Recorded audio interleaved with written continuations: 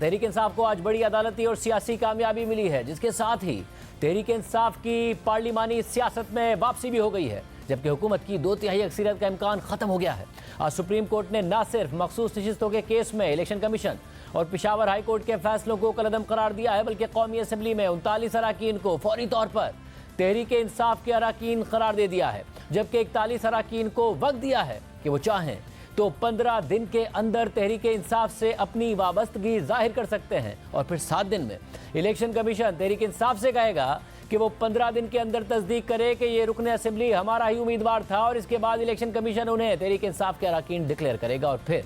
इन नशिस्तों के तनासुब से तहरीक इंसाफ को मखसूस नशिस्तें दी जाएंगी, जिसके बाद तहरीक इंसाफ कौमी असम्बली में सबसे बड़ी पार्लिमानी जमात बन सकती है, क्योंकि उसके अराकीन 108 से ज़ायद हो सकते हैं, जबकि नून लीग के पास 108 नशिस्तें हैं, मगर नून लीग के हुक्मरान इत्तेहाद के पास मजमूई तौर पर 209 नशिस्तें हैं। इसलिए हुकूमत को ऐवान में अक्सरियत तो हासिल रहेगी, मगर 2/3 अक्सरियत नहीं मिल सकेगी। आज के ऑर्डर ऑफ द कोर्ट के मुताबिक सुप्रीम कोर्ट के 13 रुकनी फुल कोर्ट के 8 जजेस ने अक्सरियत से फैसला सुनाया है। अक्सरियती फैसला सुनाने वाले जजेस में justice Mansoor Ali Shah, justice Munib Akhtar, justice Mohammad Ali Mazhar, justice Ayesha Malik, justice Syed Hasan Azhar Rizvi, justice Shahid Waheed और जस्टिस इरफान सादत खान शामिल हैं, जबकि जस्टिस जमाल मंदूखेल ने अलग फैसला लिखा है, जिससे चीफ जस्टिस काजी फाइसा ने इत्तफाक किया है। इसके अलावा जस्टिस याया अफरीदी ने अक्सरियती फैसले से इख्तलाफ करते हुए अलग फैसला लिखा है, जबकि जस्टिस अमीनुद्दीन खान ने इलेक्शन कमीशन और पेशावर हाई कोर्ट के फैसलों को बरकरार रखा है, जिससे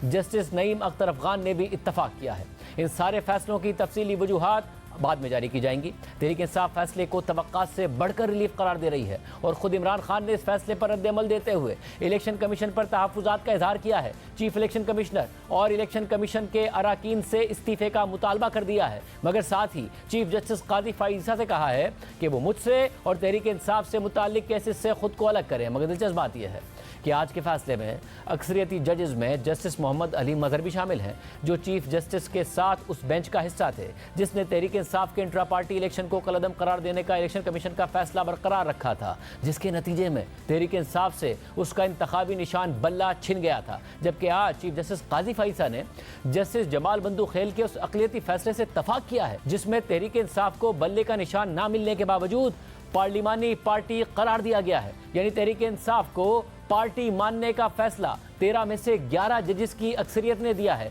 जिनमें चीफ जस्टिस काजी फाइसा और जस्टिस जमाल मंदूखेल भी शामिल हैं। और इसका मतलब यह है कि अगर फैसला वही होता जो जस्टिस जमाल मंदूखेल जस्टिस काजी फाइसा ने दिया है और बाकी 8 जजेस ने भी इससे इत्तफाक किया होता, तो भी हुकूमत 2/3 मेजॉरिटी से महरूम हो जाती, तो भी तहरीक इंसाफ की कौमी असम्बली में वापसी हो जाती, और हुकूमत क्योंकि कोई भी आईनी तरमीम करने के काबिल ना रहती, जिसकी बहुत ज़्यादा कयास राइयाँ की जा रही थी कि हुकूमत क्योंकि जजिस को एक्सटेंशन देना चाहती है, चीफ जस्टिस की जो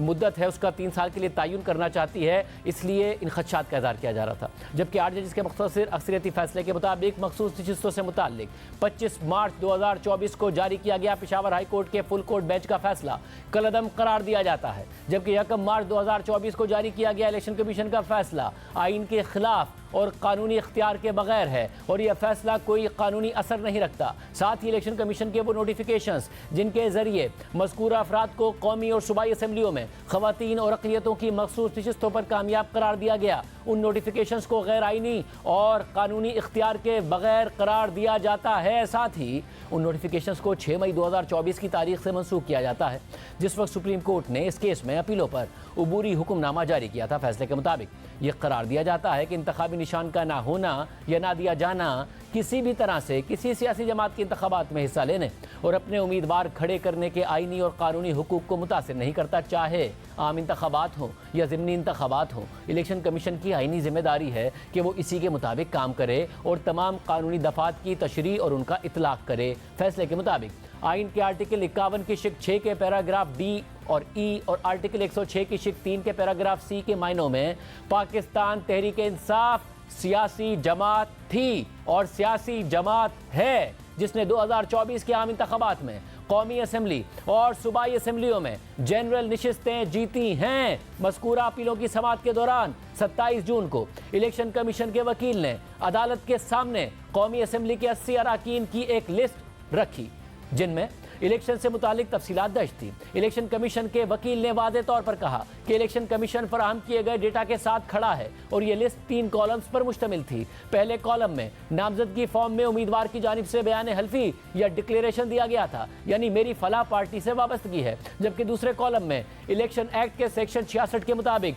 पार्टी से वाबस्तगी का सर्टिफिकेट जमा कराया गया था और तीसरे कॉलम में बयान हल्फी या डिक्लेरेशन के साथ साथ पार्टी वाबस्तगी का सर्टिफिकेट भी दिया गया था। इसके बाद अदालत ने लिखा कि 2024 के आम इंतखाबात के गैर मामूली हक़ाइक़ और हालात को मद्देनज़र रखते हुए यह करार दिया जाता है कि मज़कूरा 80 अराकीन कौमी असम्बली में से 39 अराकीन ऐसे हैं जिनका इलेक्शन कमीशन ने मज़कूरा तीनों कॉलम्स में से किसी भी एक में PTI से ताल्लुक़ दिखाया है, इसलिए वो तहरीक इंसाफ ही के जीते हुए अराकीन थे और हैं, यानी ये नशिस्तें तहरीक इंसाफ ने जीती हैं। 2024 के आम इंतखाबात के गैर मामूली हक़ाइक़ और हालात को मद्देनज़र रखते हुए मज़ीद हुक्म दिया जाता है कि 80 में से बच जाने वाले बाकी 41 अराकीन 15 वर्किंग डेज के अंदर अंदर इस हवाले से बयान हल्फी जमा करा सकते हैं कि उन्होंने सियासी जमात के उम्मीदवार के तौर पर इलेक्शन लड़ा था। जैसे ही ऐसा कोई बयान हल्फी जमा हो जाए तो इलेक्शन कमीशन फौरी तौर पर 7 दिन के अंदर मुतालिका सियासी जमात को नोटिस भेजे और उससे 15 दिन में तस्दीक करने का कहे कि मज़कूरा उम्मीदवार ने हमारे उम्मीदवार के तौर पर इलेक्शन लड़ा था। और अगर ऐसा बयान हल्फी जमा होता है और सियासी जमात से तस्दीक भी होती है तो फौरी तौर पर उस रुकन को मुतल्लिका सियासी जमात का रुकन असेंबली तस्वुर किया जाएगा। सियासी जमात की जानिब से कन्फर्मेशन फाइल करने की आखिरी तारीख के बाद 7 दिन के अंदर इलेक्शन कमीशन फौरी तौर पर अपनी वेबसाइट पर जीते हुए अराकीन की फहरिस्त शाया करेगा। साथ ही इलेक्शन कमीशन अदालत में अमल दरामद रिपोर्ट भी जमा कराएगा। अदालत ने मजीद लिखा कि तहरीक इंसाफ कौमी असम्बली में ख़वातीन और अक़लियतों की नशस्तों की हकदार होगी। तहरीक इंसाफ इस हुक्मनामे के बाद 15 वर्किंग डेज में मज़कूरा नशस्तों के लिए कानून के मुताबिक अपने उम्मीदवारों की फहरिस्त जमा कराए। इसके बाद इलेक्शन कमीशन तहरीक इंसाफ की जीती हुई नशस्तों के तनासुब से मज़कूरा मखसूस नशस्तों पर अराकीन को नोटिफाई करे। फैसले के मुताबिक मज़कूरा अदालती अहकामात ज़रूरी तब्दीलियों के साथ खैबर पख्तूनख्वा, पंजाब और सिंध असम्बली में मखसूस नशस्तों के लिए भी लागू होंगे। और अगर इस नुक्ते के हवाले से इलेक्शन कमीशन या तहरीक इंसाफ को किसी वजाहत या ऑर्डर की ज़रूरत हुई तो वो फौरी तौर पर एक मुनासिब दरख्वास्त के ज़रिए अदालत से रुजू कर सकते हैं, जिसे मुनासिब अहकामात और हिदायत के लिए अक्सरियती जजिस के सामने चैम्बर्स में रखा जाएगा। इस फैसले के साथ 39 अराकीन असेंबली की फहरिस्त भी शाया कर दी गई है जिन्हें अदालत ने तहरीक इंसाफ के अराकीन करार दिया है और उन 41 अराकीन की फहरिस्त भी शाया कर दी गई है जिन्हें सियासी वाबस्तगी जाहिर करने के लिए वक्त दिया गया है। और अक्सरियती फैसला यही है जिस पर अमल दरामद होना है और यह फैसला आज जस्टिस मंसूर अली शाह ने सुनाया।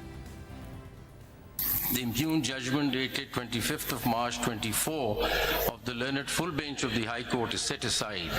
The order of the Election Commission of Pakistan dated 1st of March 2024 is declared to be ultra vires the Constitution, without lawful authority and of no legal effect. It is declared that the lack or denial of an election symbol does not in any manner affect the constitutional and legal rights of a political party to participate in an election, whether general or by. Pakistan Tehreek-e-Insaf (PTI) was and is a political party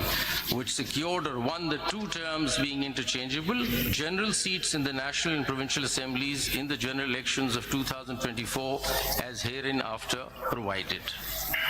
The PTI shall be entitled to reserve seats for women and minorities in the National Assembly accordingly. PTI shall, within 15 working days of this order, file its lists of candidates for the said reserved seats, and the provisions of Election Act 2017 and the Election Rules 2017 shall be applied to such lists in such manner as gives effect to this order in full measure. The Commission shall, out of the reserved seats for women and minorities in the National Assembly to which para 3 of this order applies, notify as elected in terms of the Article 51 provisions in relation to PTI for the reserved seats for women and minority in Khyber Pakhtunkhwa, Punjab and Sindh provincial assemblies to which paragraph 3 of this order applies. मगर justice Jamal बंदूखेल ने अपना अलग फैसला लिखा है जिससे chief justice काजी फाइसा ने भी इत्तफाक किया है। जस्टिस जमाल बंदूखेल के तहरीर करदा फैसले के मुताबिक ये मामला खवातीन और अक़लियतों को मुख्तस की जाने वाली मखसूस नशिस्तों के तनाज़े के बारे में है। सुन्नी इत्तेहाद काउंसिल ने 2024 के इंतखाबात में हिस्सा नहीं लिया। सुन्नी इत्तेहाद काउंसिल जो आज़ाद उम्मीदवारों की शमूलियत के बाद मखसूस नशिस्तों का मुतालबा कर रही है, उसने कौमी असम्बली या किसी सूबाई असम्बली में एक भी सीट नहीं जीती, ना ही अक़लियतों और खवातीन की मखसूस नशिस्तों के लिए अपने उम्मीदवारों की फहरिस्त जमा करवाई। इसलिए सुन्नी इत्तेहाद काउंसिल कौमी असम्बली और सूबाई असम्बलियों में किसी भी मखसूस नशिस्त की अहल नहीं है। इस हद तक इलेक्शन कमीशन का 1 मार्च 2024 का ऑर्डर बरकरार रखा जाता है। आर्टिकल 51 की शिक 3 के मुताबिक कौमी असम्बली की कुल नशिस्तों में से 60 नशिस्तें खवातीन और 10 नशिस्तें अक़लियतों के लिए मुख्तस हैं। खवातीन और अक़लियतों का यह हक आइन में महफूज है। आइन के आर्टिकल 51 की शिक 6 की ज़ेली शिक डी और ई के मुताबिक मखसूस नशिस्तों के लिए उम्मीदवारों का इंतखाब सियासी जमातों की जानिब से दी गई फहरिस्त में से उन सियासी जमातों की कौमी असम्बली में सूबों से जीती गई नशिस्तों और सूबाई असम्बली में जीती गई नशिस्तों की मुतनासिब नुमाइंदगी के तहत होगी। इसलिए उन मखसूस नशिस्तों को खाली रखकर उनको अपने इस हक से महरूम नहीं रखा जा सकता और आइन के आर्टिकल 224 की शिक 6 के तहत सारी मखसूस नशिस्तों को पुर होना चाहिए। मखसूस नशिस्तों से मुताल्लिक हाई कोर्ट और इलेक्शन कमीशन का फैसला इस हद तक बरकरार रखा जाता है, लेकिन चूंकि इलेक्शन कमीशन ने ये नशिस्तें पीटीआई के जीते गए उम्मीदवारों को नज़रअंदाज करते हुए बाकी सियासी जमातों को दे दी हैं, इसलिए इस नुक्ते की हद तक हाई कोर्ट और इलेक्शन कमीशन का फैसला कलअदम करार दिया जाता है। समाअत के दौरान मालूम हुआ कि कई उम्मीदवारों ने अपने कागजात नामजदगी में पीटीआई से वाबस्तगी का हल्फ लिया था, जिसमें उनका पार्टी रुकनियत का सर्टिफिकेट भी शामिल था। अलबत्ता कुछ उम्मीदवारों ने पार्टी रुकनियत का सर्टिफिकेट नहीं जमा करवाया था, लेकिन चूंकि उन्होंने हल्फ पर कहा था कि वो पीटीआई के मेंबर हैं और वो अपने इस बयान से पीछे नहीं हटे, तो उनको कौमी असम्बली और सूबाई असम्बलियों में पीटीआई का मेंबर ही समझा जाएगा। इलेक्शन कमीशन ने इस अदालत का 13 जनवरी का फैसला, जो कि पीटीआई की जानिब से इंट्रा पार्टी इलेक्शन ना करवाने से मुताल्लिक था, उसकी गलत तशरीह करके पीटीआई के उम्मीदवारों को गलत तरीके से आज़ाद उम्मीदवार जाहिर किया। इलेक्शन कमीशन के पास कोई इख्तियार नहीं था कि वो किसी सियासी जमात की जानिब से नामजद उम्मीदवार को आज़ाद डिक्लेयर करे। इसी तरह एक उम्मीदवार जिसने एक दफ़ा अपने आप को किसी सियासी जमात का उम्मीदवार डिक्लेयर कर दिया हो, वो कागजात नामजदगी वापस लेने की आखिरी तारीख के बाद अपनी उस सियासी जमात से उम्मीदवारी वापस नहीं ले सकता। यहाँ ये बताना ज़रूरी है कि ना पीटीआई ना ही पीटीआई से वाबस्ता किसी उम्मीदवार ने इस समाअत से पहले या समाअत के दौरान इस अदालत से रुजू किया या इलेक्शन कमीशन के फैसले को चैलेंज करने के लिए हाई कोर्ट से रुजू किया, जिसमें उन्हें आज़ाद उम्मीदवार डिक्लेयर किया गया था। लेकिन इस हकीकत के तनाजुर में कि ये अपील और पटिशन इलेक्शन कमीशन में ज़ेर समाअत इलेक्शन से मुतालिक समाअतों का तसलसल है, इसलिए हम इलेक्शन कमीशन के फैसलों की खामियों को देख सकते हैं ताकि खवातीन और गैर मुस्लिमों के मफाद का तहफ़्फ़ुज़ किया जा सके। इसलिए वो उम्मीदवार जिन्होंने अपने कागजात नामजदगी जमा कराते वक्त अपने आप को पीटीआई का मेंबर बताया था और कागजात नामजदगी वापस लेने की आखिरी तारीख से पहले किसी और सियासी जमात की रुकनियत की कोई दस्तावेज पेश नहीं की थी, उनको पीटीआई की पार्लिमानी पार्टी के तौर पर ही समझा जाना चाहिए था। लेकिन इलेक्शन कमीशन ने ऐसा नहीं किया। नतीजे के तौर पर पार्लिमानी पार्टी के तौर पर पीटीआई मखसूस नशिस्तों की अहल है। इलेक्शन कमीशन को पीटीआई समेत तमाम सियासी जमातों में मखसूस नशिस्तों को दोबारा मुख्तस और तकसीम करना होगा। जैसे जमाल बंदूखेल के फैसले के मुताबिक वो उम्मीदवार जिन्होंने अपने कागजात नामजदगी 24 दिसंबर 2023 तक जमा करवाए थे, जो कि कागजात नामजदगी जमा करवाने की आखिरी तारीख थी, और उन्होंने अपने आप को या तो आज़ाद उम्मीदवार बताया था या कागजात नामजदगी में वो कॉलम खाली छोड़ा था, तो जीतने के बाद वो आज़ाद उम्मीदवार तस्वुर किए जाएंगे। सुन्नी इत्तेहाद काउंसिल एक रजिस्टर्ड सियासी जमात है और कौमी असम्बली और सूबाई असम्बली के किसी भी आज़ाद उम्मीदवार को सुन्नी इत्तेहाद काउंसिल में शमूलियत का हक हासिल है। सुन्नी इत्तेहाद काउंसिल में शमूलियत इख्तियार करने वालों के बारे में तस्वुर किया जाएगा कि उन्होंने अपनी मर्जी से यह किया। किसी उम्मीदवार ने भी ये नहीं कहा कि उन्होंने किसी फैसले या कानून पर गलतफहमी, जबर, मजबूरी या गैर ज़रूरी असर रसूख की वजह से सुन्नी इत्तेहाद काउंसिल में शमूलियत इख्तियार की, और इस अदालत को भी इसके बरक्स नहीं सोचना चाहिए। हमें इस बात को यकीनी बनाना चाहिए कि आइन की गलत तशरीह ना की जाए, ना ही आम तौर पर समझ आने वाले अल्फाज को मसनूई मायने दिए जाएँ। हमें चाहिए कि दुरुस्त तरीके से नाफिज करदा कवानीन की पासदारी करें और कानून को नज़रअंदाज करते हुए ऐसा कुछ ना करें जिससे किसी सियासी जमात को सहूलत पहुँचे या रुकावटें खड़ी हों। ये था जैसे जमाल बंदूखेल का फैसला, जिसे चीफ जस्टिस काजी फाइज ईसा ने इत्तफाक किया है। इसके अलावा फुल कोर्ट के रुकन जस्टिस याया आफरीदी ने इख्तलाफी फैसला लिखा है जिसके मुताबिक इलेक्शन कमीशन और पेशावर हाई कोर्ट के फैसलों के खिलाफ अपीलें मुस्तरद की जाती हैं। सुन्नी इत्तेहाद काउंसिल आइन और कानून के मुताबिक सियासी जमात की शराइत पर पूरा नहीं उतरती है, इसलिए वह कौमी और सूबाई असम्बलियों में खवातीन और अक़लियतों की मखसूस नशिस्तों के लिए अहल नहीं है, जबकि पाकिस्तान तहरीक इंसाफ आइन और कानून के मुताबिक एक सियासी जमात बनने के लिए तमाम शराइत पर पूरा उतरती है और वो मखसूस नशिस्तों के लिए अहल है। इस लिहाज से कि कौमी और सूबाई असम्बली के वो उम्मीदवार जिन्होंने अपने कागजात नामजदगी में हल्फिया तौर पर डिक्लेयर किया है कि वो तहरीक इंसाफ से ताल्लुक़ रखते हैं और उन्होंने पीटीआई से अपनी वाबस्तगी की बजरिया सर्टिफिकेट तस्दीक कराई है, वो पीटीआई के उम्मीदवार ही रहेंगे और आज़ाद उम्मीदवार तस्वुर नहीं होंगे जब तक कि वो खुद इलेक्शन कमीशन या रिटर्निंग अफसर को तहरीरी तौर पर ना बताएं कि उन्हें आज़ाद या किसी और जमात का उम्मीदवार तस्वुर किया जाए। इसी तरह कौमी असम्बली और सूबाई असम्बली के ऐसे कामयाब उम्मीदवार जिन्होंने तहरीक इंसाफ की जानिब से अपनी नामजदगी की हल्फन डिक्लेरेशन दी हो और पार्टी की जानिब से तस्दीक शुदा सर्टिफिकेट जमा कराए हों और उन्होंने पूरे इंतखाबी प्रोसेस में अपनी इसी पोजीशन को बरकरार रखा है, वो पीटीआई के उम्मीदवार तस्वुर होंगे और इलेक्शन कमीशन की जानिब से इन कामयाब उम्मीदवारों की इस पोजीशन को कानूनी तस्वुर किया जाना चाहिए और ऐसे कामयाब उम्मीदवार को आज़ाद या किसी और जमात के उम्मीदवार के तौर पर ट्रीट ना किया जाए और पीटीआई को इसी तनासुब से खवातीन और अक़लियतों की मखसूस नशिस्तें दी जाएं। जस्टिस याया आफरीदी के फैसले के मुताबिक ऐसे उम्मीदवार जिन्हें तहरीक इंसाफ ने नामजद किया हो लेकिन वो कामयाब होने के बाद किसी और जमात में शामिल हुए या उन्होंने अपने आप को आज़ाद तस्वुर कराया है,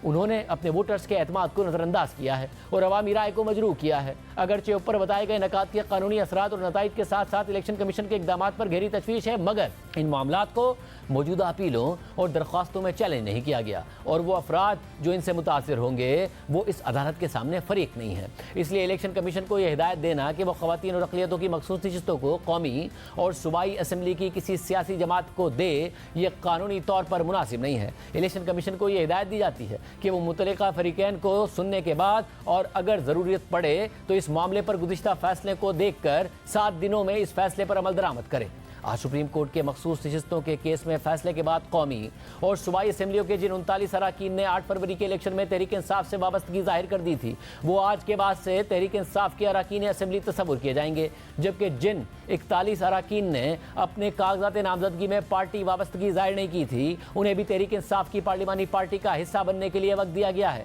और इसके बाद ही मखसूस नशिस्तों का फैसला होगा। तहरीक इंसाफ ने सुप्रीम कोर्ट के इस फैसले का खैर मकदम किया है, बल्कि उसे तवक्को से बढ़कर रिलीफ करार दिया है। पार्टी के सीनियर रहनुमा और माहिर कानून बैरिस्टर अली जफर ने जियो न्यूज़ से बात करते हुए कहा है कि यह फैसला हमारी उम्मीद से भी बहुत बेहतर हुआ है। हमें तवक्को थी कि सुन्नी इत्तेहाद काउंसिल को मखसूस नशिस्तें दी जाएंगी। हमारी तरफ से भी जो गलतियां हुई इस फैसले ने वो सब आज ठीक कर दिया है। हमारी यकीनी तौर पे एक्सपेक्टेशन जो थी या जो हमारी उम्मीद थी उससे बहुत बेहतर फैसला हुआ है। हमने तो वाकई ही जो एक्सपेक्ट कर रहे थे वो ये था कि मेजॉरिटी से ये फैसला आएगा कि ये सुन्नी इत्तेहाद काउंसिल को दी जाएंगी नशिस्तें। ये फैसला बिल्कुल दुरुस्त है और बड़ा जो गलतियां थी माजी में इलेक्शन कमीशन ऑफ पाकिस्तान की तरफ से बदनीयती थी, हमारी गलतियां आप कह लें, वो सारी चीजें कवर करते हुए अदालत ने आज ये एक बड़ा अहम फैसला किया और जो रॉन्ग था, जो गलती थी, वो करेक्ट कर दी। इसके अलावा फैसले के बाद इमरान खान समेत तहरीक इंसाफ की मरकजी क़यादत ने चीफ इलेक्शन कमिश्नर और इलेक्शन कमीशन के अराकीन से इस्तीफे का मुतालबा करते हुए उन पर आर्टिकल 6 लगाने का मुतालबा कर दिया। हम इलेक्शन से मुतालबा करते हैं कि जल्द से जल्द हमारा सर्टिफिकेट इशू किया जाए। तवक्को करते हैं कि इस मरतबा 3 दिन के अंदर अंदर हमारा नोटिफिकेशन होगा। जितने रिजर्व सीटें हैं वो रिजर्व सीटें पाकिस्तान तहरीक इंसाफ को अलाट होगी। हमारी डिमांड्स क्या हैं? आपके चीफ इलेक्शन कमिश्नर और उसके 4 कमिश्नर्स, उनको फिल फॉर मुस्ताफी होना चाहिए या उनमें जुर्रत है तो आइन की इंटरप्रिटेशन जो गलत करता है उसके ऊपर मेरी नजर में आर्टिकल 6 लगना चाहिए। वो लोग जो कि फॉर्म 47 के जरिए उनको हराया गया, उनका मैंडेट हमने रिकवर करना है। ये हमारा दूसरा हदफ है। ये हदफ हमारी जमहूरी और सियासी जो जद्दोजहद है उसका एक अहम तरीन हिस्सा है। क्योंकि फैसला आने के बाद तहरीक इंसाफ के साबिक रहनुमा सेनेटर फैसल वाउडा ने पीटीआई में फॉरवर्ड ब्लॉक बनने का दावा कर दिया। 15 दिन के अंदर बहुत सीवियर मजीद फैक्शंस मिलेंगे पीटीआई के अंदर टूट फूट के, और एक फॉरवर्ड ब्लॉक उभर के सामने आएगा। और वो जब फॉरवर्ड ब्लॉक आएगा तो पीटीआई की मजीद मुश्किलात होंगी। और जैसा मैं कहता जा रहा हूँ कि जितना टाइम वो जेल में रहेंगे उतने टाइम तहरीक इंसाफ को फायदा है, और वो ये चाहते हैं कि इमरान खान साहब जेल में ही रहें। और अब मजीद जो फैक्शन आएगा और जो फॉरवर्ड ब्लॉक बनेगा इस 15 दिन के अंदर सेनेट के अंदर या रिजर्व सीट्स के अंदर, वो इतनी बड़ी कॉम्प्लिकेशन क्रिएट कर देगा कि मजीद इसके इतने टुकड़े हो जाएंगे कि संभालना मुश्किल हो जाएगा पीटीआई। फैसले पर हुकूमत का सख्त रद्द-ए-अमल सामने आया है। वफाकी वज़ीर कानून आदम मजीद तारड़ ने प्रेस कॉन्फ्रेंस करते हुए कहा है कि फैसले में तहरीक इंसाफ को रिलीफ दिया गया है, जो इस केस में फरीक ही नहीं है। ऐसा महसूस होता है कि आर्टिकल 51 और आर्टिकल 106 को असर-ए-नौ तहरीर किया गया है। जबकि वज़ीर आज़म के सियासी मुशीर राना सनाउल्लाह का कहना है कि सुन्नी इत्तेहाद काउंसिल की दरख्वास्त खारिज हो गई और एक नया फैसला तहरीक इंसाफ के हक में आया है, जो आइन को री राइट करने के मुतरादिफ है। फैसले पर नज़रसानी बनती है।